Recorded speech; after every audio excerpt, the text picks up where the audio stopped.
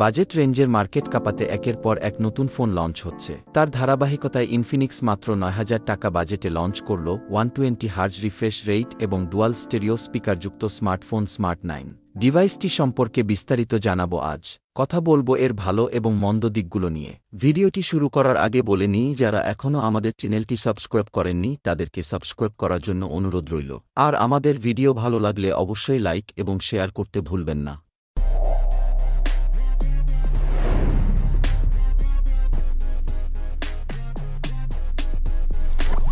বক্সটি unboxing করলেই প্রথমেই পাচ্ছেন ডিভাইসটি। এর সাথে পাচ্ছেন 10 ওয়াটের একটি চার্জিং অ্যাডাপ্টর, একটি টাইপ সি চার্জিং কেবল, একটি সিম ইজেক্টর পিন, ওয়ারেন্টি পেপারস এবং একটি ট্রান্সপারেন্ট প্লাস্টিক কেস। স্ক্র্যাচ থেকে ডিভাইসটিকে বাঁচিয়ে রাখতে প্লাস্টিক কেসটি ব্যবহারের অনুরোধ রইল। ডিভাইসটিতে একটি প্রিঅ্যাপ্লাইড স্ক্রিন প্রোটেক্টরও দেয়া থাকছে, তবে সেটা তুলে একটি প্রোটেক্টিভ গ্লাস লাগিয়ে রাখলে ভালো হয়। ইনফিনিক্স স্মার্ট 9 ডিভাইসটির আউটলুক অনেকটা ইউনিক লেগেছে আমার কাছে। এছাড়া এর টাইটেনিয়াম কালারটিও বেশ ভালো লেগেছে। হ্যান্ডফিলের কথা বলতে গেলে কিছুটা বড় সাইজের হলেও লাইট ওয়েট হওয়ার কারণে হাতে নিতে তেমন বেশি বেগ পেতে হয়নি। ডিজাইন কিছুটা বক্স শেইপের হলেও এজগুলো শার্প ছিল না, তাই হাতে নিতেও কমফোর্টেবল লাগছিল। দাম এত কম হওয়ার পরেও এর বডি এবং কালার মোটেও কোনোভাবে চিপ ফিল দিচ্ছিল না। ডিভাইসটি 2টি ভেরিয়েন্ট এবং 4টি কালারে আমাদের দেশে অ্যাভেলেবল আছে।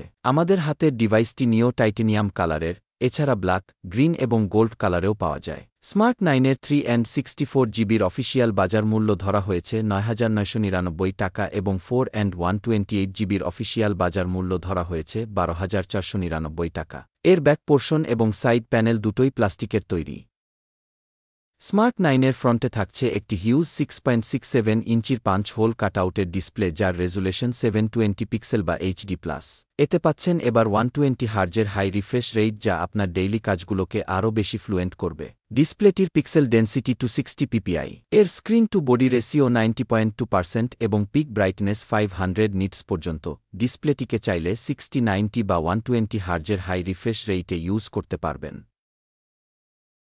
ডিসপ্লে কোয়ালিটি নিয়ে বলতে গেলে এই দামে এটাই বেস্ট। পিক্সেল ডেন্সিটি কম হলেও ডিসপ্লের শার্পনেস এর তেমন কোনো ঘাটতি চোখে পড়ার মতো নয়, তবে যেটুকু আছে তা মেনে নেয়ার মতো। এছাড়া এর 120 হার্জের হাই রিফ্রেশ এই দামের অন্য কোনো ফোনে দেয়া হয়নি। আমার কাছে এই দামে এটাই বেস্ট ডিসপ্লে বলে মনে হয়েছে। এছাড়া এই ডিসপ্লের কর্নারের রাউন্ড শেপ আগের চেয়ে কিছুটা বাড়ানো হয়েছে, যা কিছুদিন আগে রিভিউ করা স্পার্ক গো 1-এর মতো। ডিসপ্লে বড় এবং সাথে 5 হোল কাট আউট থাকার কারণে ভিডিও ওয়াচিং এক্সপেরিয়েন্স অনেক বেশি ইমার্সিভ লাগছিল। ডিসপ্লে রেজুলেশন 720 পিক্সেল হলেও ইউটিউব ভিডিও প্লেব্যাকের ক্ষেত্রে সর্বোচ্চ 1080 পিক্সেল ভিডিও সাপোর্ট করে। ডিসপ্লেটি বেশ পাঞ্চি কালার প্রডিউস করতে সক্ষম, তাই ভিডিও প্লেব্যাক এক্সপেরিয়েন্স কোনোভাবে আপনাকে নিরাশ করবে না। এছাড়া এর আউটডোর ভিসিবিলিটিও যথেষ্ট ভালো।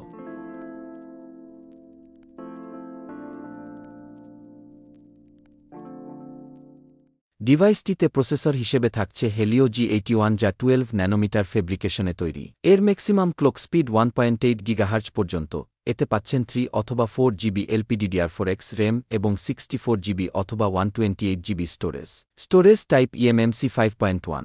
জিপিইউ হিসেবে পাচ্ছেন Mali G52 MP2।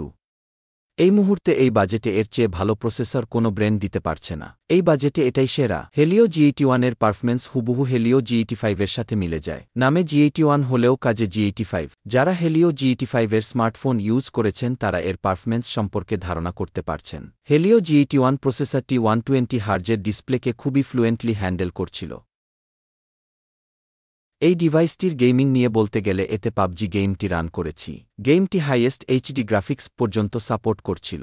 আমরা গেমটি ব্যালেন্স প্লাস আলট্রাতে ট্রাই করে 33 থেকে 38 FPS পেয়েছি। কিছু এক্সট্রিম সিচুয়েশন এটি 22 FPS পর্যন্ত ড্রপ করেছে। ফ্রি ফায়ারে গ্রাফিক্স আলট্রা, সেডো অন এবং হাই FPS 55 থেকে 60 FPS গেম প্লে করতে পেরেছি। এছাড়া ছোটখাটো গেমগুলো ফ্লুয়েন্টলি রান করা যাবে। সিকিউরিটি সেকশনে এতে পাচ্ছেন সফটওয়্যার বেসড ফেস আনলক এবং সাইড মাউন্ট ফিঙ্গারপ্রিন্ট সেন্সর, যেটির আনওয়াকিং স্পিড অনেক ফাস্ট এবং খুবই অ্যাকুরেটলি কাজ করছিল। এটি এই বাজেটে আমার দেখা সবচেয়ে fast fingerprint sensor. Unlocking speed এক কথায় ব্লেজিং ফাস্ট। এতে আরও পাচ্ছেন ডুয়াল স্টেরিও স্পিকারের সুবিধা, যা এই বাজেটে প্রশংসার দাবি রাখে।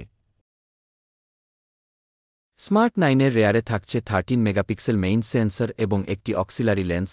রেয়ার ক্যামেরার তোলা ছবি এভারেজ লেগেছে। ছবিগুলো স্যাচুরেশন ক্লোজ টু ন্যাচারাল লাগছিল। ছবির ডিটেইলস এবং ডাইনামিক রেঞ্জ এভারেজ। পোর্ট্রেট মোডের ছবিগুলো ভালো ছিল এবং এইচ ডিটেকশনও এই বাজেটে যথেষ্ট ভাল বলা যায়। এর নাইট মোডের ছবি খুব বেশি নয়েজ আর গ্রেইনে ভর্তি ছিল। রেয়ার ক্যামেরাতে 1080 পিক্সেলে 30 এফপিএসে ভিডিও রেকর্ডিং করা যাবে, তবে এতে কোনো ইনবিল্ট স্ট্যাবিলাইজেশন থাকছে না। এর ফ্রন্টে পাচ্ছেন 8 মেগাপিক্সেলের ফ্রন্ট ক্যামেরা। এর রেগুলার ছবি যথেষ্ট ভালো এবং এর পোর্ট্রেট মোডের এইচ ডিটেকশন মোটামুটি ভাল বলা যায়। এক্সট্রিম সিচুয়েশনেও ব্যাকগ্রাউন্ড ওভার এক্সপোজ করেনি আর এইচ ডিটেকশনও ঠিকঠাক রেখেছে। ডিভাইসটি রান করছে অ্যান্ড্রয়েড 14-এর go edition based on XOS 14। যেহেতু এখানে গো এডিশন ব্যবহার করা হয়েছে, সেক্ষেত্রে কিছুটা কম কাস্টমাইজেশনের সুযোগ থাকছে, যা অনেকটা স্টক ইউআই এর মতো। তবে ইউআই পারফরম্যান্স আমার কাছে খুব ভালো লেগেছে, কোনো ধরনের ল্যাগিংয়ের দেখা পাইনি। এছাড়া 120 হার্জের হাই রিফ্রেশ রেটের কারণে এপস ওপেনিং এবং ইউআই পারফরম্যান্স অনেক ফ্লুয়েন্ট ছিল। ডিভাইসটিকে থাকছে 5000 মিলিঅ্যাম্পিয়ারের লিথিয়াম আয়ন ব্যাটারি এবং সাথে থাকছে 10 ওয়াটের ফাস্ট চার্জার। এই ডিভাইসটিতে এটাই একমাত্র ড্রব্যাক। এই চার্জার দিয়ে ফোনটি 0% থেকে 100% চার্জ হতে প্রায় 3 ঘন্টার কাছাকাছি সময় নিচ্ছিল, যা অনেকটা বেশি। তবে রেগুলার ইউজেসে এর থেকে আপনি প্রায় 1.5 দিনের মতো ব্যাকআপ পাবেন। এছাড়া ইনফিনিক্স তাদের ফোনকে 4 বছরের বেশি লাস্টিং ফ্লুয়েন্সি দিচ্ছে। এই ছিল ডিভাইসটি নিয়ে খুঁটিনাটি সব তথ্য।